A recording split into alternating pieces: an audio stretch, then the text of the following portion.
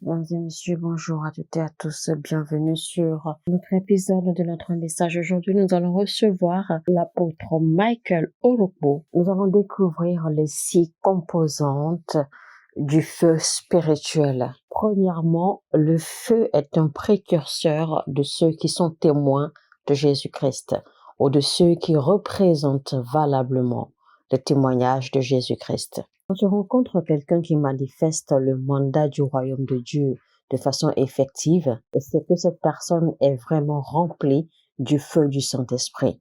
Notre Seigneur Jésus-Christ a formé des disciples pendant 3 ans et il leur a demandé de ne pas sortir faire l'évangile ou de ne pas sortir pour entrer dans l'œuvre de Dieu seulement avec l'enseignement qu'ils ont reçu. Et il leur a demandé de rester, de demeurer à Jérusalem jusqu'à ce qu'ils aient reçu la puissance. Donc cela veut clairement dire que sans le feu ou sans la puissance de Dieu, vous ne pouvez pas être représentant effectif de Christ sur la terre. Et le feu dont nous parlons est désigné ici dans la Bible, dans Actes chapitre 2 à partir du verset 1, comme le feu, car la Bible dit qu'au jour de la Pentecôte, qu'ils étaient tous ensemble, dans un même lieu, dans un même appartement, et qu'ils étaient tous ensemble, ils priaient d'un même accord, et que soudainement, il eut un vent, un bruit venu du ciel, comme celui d'un vent impétueux, et que il remplit toute la maison où les disciples étaient assis. Et donc, ils ont reçu des langues de feu semblables, ils ont reçu de différentes langues semblables à des langues de feu, car il y avait comme des langues de feu qui apparurent et qui étaient posées sur la tête de chaque d'eux. Et la Bible continue en disant que ils furent remplis ainsi soudainement du Saint-Esprit et ils se mirent à parler en d'autres langues selon que l'Esprit leur donnait de s'exprimer. Et dès qu'ils ont reçu en fait ce feu, eh bien, ils ont été remplis de courage et d'audace. Ils ont été remplis de force et de passion et de zèle pour pouvoir sortir dans la rue sans peur ni crainte pour aller porter l'évangile. Alors que les disciples, quand Jésus-Christ les a quittés, les disciples étaient devenus effrayés. Ils avaient très très peur. C'est pour cela en fait qu'ils étaient enfermés, d'accord, à la chambre haute en train de prier. Mais du moment qu'ils ont reçu la puissance du Saint-Esprit, eh bien, ils n'avaient plus peur. Et ils étaient suffisamment équipés pour sortir dans la rue et aller porter l'évangile. Quand ils ont commencé à porter l'évangile loin, eh bien, il y a eu 3000 âmes qui ont été sauvées pour le royaume de Dieu. 3000 âmes ont été ajoutées à l'église. Et ensuite, ils ont continué à porter l'évangile plus loin. Et dans Actes 4, verset 4, on va se rendre compte que 5000 nouvelles âmes avaient été rajoutées à l'église. Et l'évangile a continué. Et on va voir que dans Actes 6, verset 7, eh bien, il est dit encore qu'une grande foule de sacrificateurs obéissait à la foi. Donc, une autre grande foule s'est toujours ajoutée à l'église et le nombre des disciples augmentait beaucoup à Jérusalem, pendant que la parole de Dieu se répandait de plus en plus. Et donc, et évoluant toujours pendant que la parole de Dieu se répandait toujours de ville en ville, eh bien, l'église grandissait davantage, le nombre des apôtres se multipliait parce que leur puissance qu'ils ont reçue, eh bien, ils pouvaient l'impacter, ils pouvaient former, ils pouvaient enseigner et de par leurs enseignements, beaucoup d'âmes étaient rachetées à Dieu. Beaucoup de vies étaient transformées. Beaucoup de cœurs avaient été endurcis pour recevoir le Christ. Et beaucoup de cœurs avaient été prêts à prêcher ou à devenir disciples et à obéir à la foi. Et vous allez voir que au verset 5 de Acte 8, la Bible nous fait comprendre que, eh bien, c'est-à-dire que des individus, des personnes, eh bien, par les personnes ou des individus, de façon unilatérale, pouvaient maintenant prêcher, d'accord, et convaincre et transformer toute une cité, toute une ville. Et la Bible parle ici de Philippe qui dit, Philippe étant descendu dans la ville de la Samarie, il prêcha le Christ. Les foules tout entières étaient attentives à ce que disait Philippe lorsqu'elles apprirent et virent les miracles qu'il faisait. car des esprits impurs sortirent de plusieurs démoniaques en poussant de grands cris, et beaucoup de paralytiques et de boiteux furent guéris. Il y eut une grande joie dans cette ville. Alléluia, alléluia, alléluia, alléluia. Et pour continuer, on dit, tous, depuis le plus petit jusqu'au plus grand, l'écoutaient attentivement et disaient, celui-ci est la puissance de Dieu, celle qui s'appelle la grande. Alléluia. Au verset 12, en fait, on va dire, mais quand ils eurent cru à Philippe, qui leur annonçait la bonne nouvelle du royaume de Dieu et du nom de Jésus-Christ, hommes et femmes se faisaient baptiser. Simon lui-même crut, et après avoir été baptisé, il ne quittait plus Philippe, et il voyait avec étonnement les miracles et les grands prodiges qui s'opéraient. Donc, vous voyez, eh bien, les disciples se multipliaient et Philippe a pu conquérir cette ville tout entière avec la parole de Dieu, de par la manifestation de la puissance du Saint-Esprit, par les guérisons, les délivrances, les miracles, etc. De sorte que même celui-là qui faisait des miracles par la magie noire, lui aussi a reçu, d'accord, Christ, et s'est laissé à l'obéissance de la foi. Donc, vous allez voir, donc, la croissance, en fait, a évolué de façon graduelle. Disciples, du petit nombre de disciples qui ont reçu la puissance et qui ont commencé à prêcher la bonne nouvelle, à répandre la parole, et ensuite 3000 personnes s'ajoutent à l'église, et ensuite 5000 personnes. Vous voyez, et le nombre ne fait que grandir. Ensuite, une grande foule. Cette grande foule maintenant commence à sortir les disciples parce que les disciples se multipliaient et donc chaque disciple pouvait aller conquérir des villes différentes, pouvait aller conquérir des territoires. Donc, quand vous recevez le feu, c'est-à-dire la puissance, eh bien, vous pouvez être un témoin effectif de Christ. Je peux vous dire en vérité, aller à l'école biblique, c'est une très bonne chose. Suivre des séminaires et des conférences, c'est une très belle chose. Mais si vous n'avez pas le feu, si vous n'avez pas la puissance du Saint-Esprit, vous ne pourrez jamais être un témoin effectif de Christ, de Dieu. La deuxième composante du feu, c'est que le feu active les saisons. Les disciples étaient enfermés dans un lieu en train de prier jusqu'à ce que le feu soit descendu sur eux. Et dès qu'ils ont reçu ce feu, eh bien, ils n'ont pas eu besoin d'être encouragés pour savoir que voici, la puissance de Dieu est là, voici l'heure pour nous exprimer, l'heure pour faire des exploits à sonner. On n'a pas eu besoin de leur rappeler, on n'a pas eu besoin de les encourager. Parce que ce feu était venu sur eux pour activer leur saison de manifestation. Et quand Jésus-Christ a quitté les disciples avaient peur et ils ne savaient quoi faire, ils ne savaient où aller, ils étaient tous enfermés et ils ne faisaient que prier parce qu'il n'y avait pas de direction, ils ne savaient pas où aller, ni quoi faire, ni comment faire. Mais dès qu'ils ont reçu le feu, dès qu'ils ont reçu la puissance, Pierre a su, et c'est pour ça que Pierre a dit que voici la saison qui avait été prophétisée par le prophète Joël. Donc dès qu'ils ont reçu la puissance, eh bien, Pierre a su, c'est-à-dire qu'ils ont su que voici leur saison pour se manifester. Donc, le feu vient pour recalibrer l'horloge spirituelle. C'est pour cela, en fait, que dès qu'ils ont reçu l'impactation de cette puissance, eh bien, ils ont su immédiatement dans le règne de l'esprit que voici leur saison. Donc, personne n'a eu besoin de venir leur annoncer que c'était leur saison de manifestation parce que le feu qui est descendu avait déjà fait ce travail-là, parce que le feu qui est descendu a été le déclencheur, l'ouverture ou l'activateur de leur destin, de leur manifestation.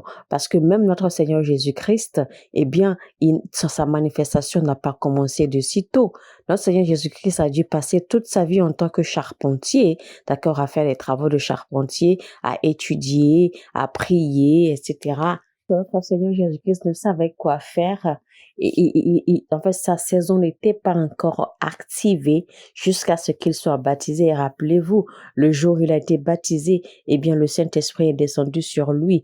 Et rappelez-vous qu'une voix s'est fait entendre depuis le ciel disant, voici mon fils bien-aimé, On va lire dans Matthieu 4:1 qu'il avait été attiré par le diable dans le désert afin d'être tenté. Mais après que la tentation soit passée, Luc 4:14, Jésus-Christ était maintenant revêtu de la puissance du Saint-Esprit et il est retourné en Galilée. Donc, il est retourné à la ville remplie de la puissance du Saint-Esprit. Matthieu 4:15-16, le peuple de Zabulon et de Nephtali, de la contrée voisine de la mer, du pays au-delà du Jourdain et de la Galilée des païens. Ce peuple assis dans les ténèbres a vu une grande lumière, et sur ceux qui étaient assis dans la région et l'ombre de la mort, la lumière s'est levée. Et ensuite Jésus se rendit au temple, Luc 4, verset 18, et il commença à lire le livre des Écritures saintes. Alors il dit, l'Esprit du Seigneur est sur moi, parce qu'il m'a oint pour annoncer une bonne nouvelle aux pauvres. Il m'a envoyé pour guérir ceux qui ont le cœur brisé, pour proclamer aux captifs la délivrance et aux aveugles le recouvrement de la vue, pour renvoyer libres les opprimés, pour publier une année de grâce du Seigneur. Ensuite, il roula le livre, le remit au serviteur et s'assit. Et tous ceux qui se trouvaient dans la synagogue avaient les regards fixés sur lui. Alors il commença alors à leur dire, aujourd'hui cette parole de l'Écriture que vous venez d'entendre vient de s'accomplir. Donc quand il a fini de lire, alors il leur a dit, voici la parole que vous avez entendue vient de s'accomplir. Le feu ouvre les saisons et les dispensations dans le règne de l'Esprit. Tu peux être envoyé, tu peux être recommandé, mais tant que tu n'as pas ce feu, tant que tu n'as pas cette puissance, votre saison ne va pas s'ouvrir. Croyez-moi, quand le feu de Dieu descend sur vous, quand cette puissance descend sur vous, même si vous êtes rejeté par les hommes, votre saison va s'ouvrir. Vous n'avez pas besoin de faire partie d'une famille déjà établie ou d'une institution religieuse déjà établie pour impacter votre génération. La Bible parle de Jean, disant de lui qu'il était un feu dévorant et une lumière brillante. Donc, c'était suffisant pour que Jean attire toutes les villes à lui. Il n'était même pas à l'intérieur de la ville, il était dans le désert. Mais la Bible dit que toute la Jérusalem et toute la Judée se rendaient chez Jean dans le désert. Que la saison de quelqu'un était activée pour le salut du peuple. Je ne suis pas en train de faire appel à la rébellion de la nouvelle génération, car nous respectons ce qui a été, nous respectons et nous honorons d'accord ceux qui ont été. Mais nous reconnaissons aussi notre temps, nous reconnaissons aussi notre saison.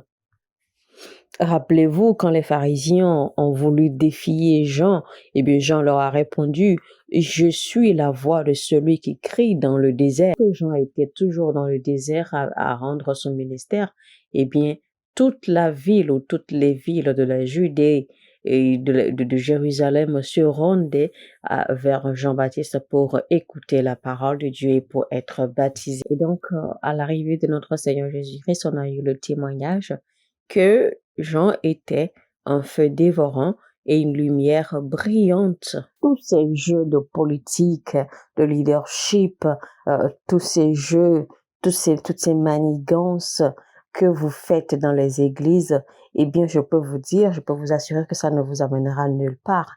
Faites tout ce que vous voulez faire à l'intérieur des églises.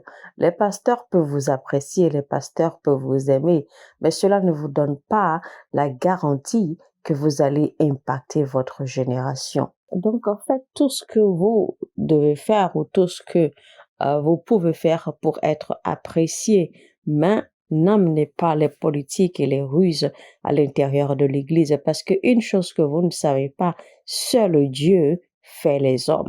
Car Dieu a dit clairement, faisons l'homme à notre image, à notre ressemblance, afin qu'il domine sur les poissons des mers, les oiseaux du ciel, le bétail de la terre, etc., etc.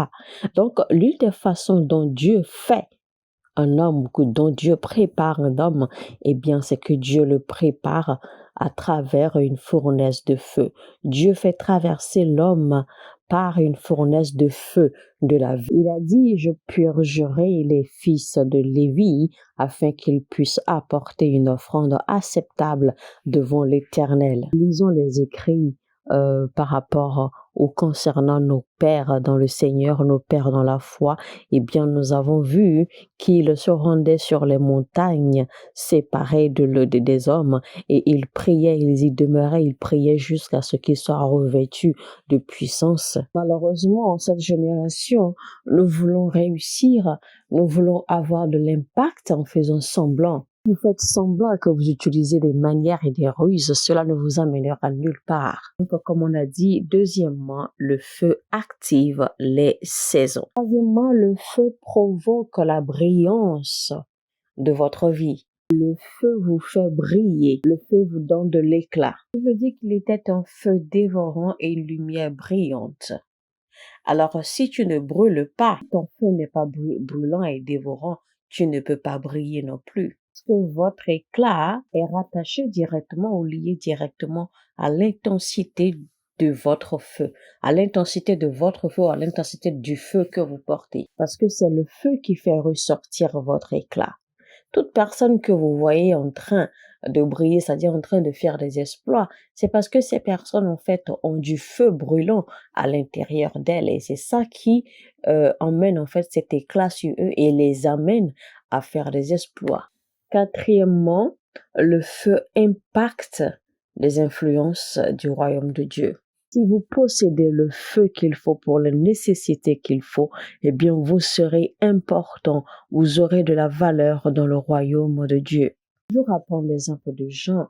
Quand Jean brûlait, d'accord, de ce feu qui était à l'intérieur de lui, et il était étincelant, d'accord, de l'externe, eh bien, sa lumière qui jaillissait, sa lumière qui était brillante, eh bien, attirait le monde, ce qui a fait que toute la cité de Jérusalem et de la Judée se sont rendus chez Jean pour écouter et recevoir la parole et leur baptême et leur salut. Imaginez un instant qu'un seul homme attire toute l'attention de toute une ville. Ça est bien au-delà de la publicité ou de la diplomatie ou bien même de tout ce que vous pouvez déployer comme stratégie humaine. Il existe une force, une puissance qui ne peut être négligée, qui ne peut être rejetée ou qui ne peut être repoussée. Cette puissance s'appelle le anakazo de Dieu.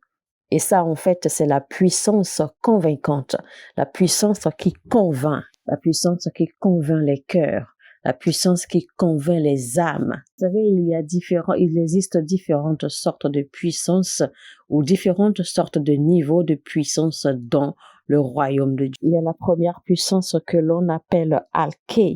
Et la puissance que l'on appelle Alké, eh bien, c'est la puissance pour régner. Puissance du premier rang de puissance appelée Dunamis.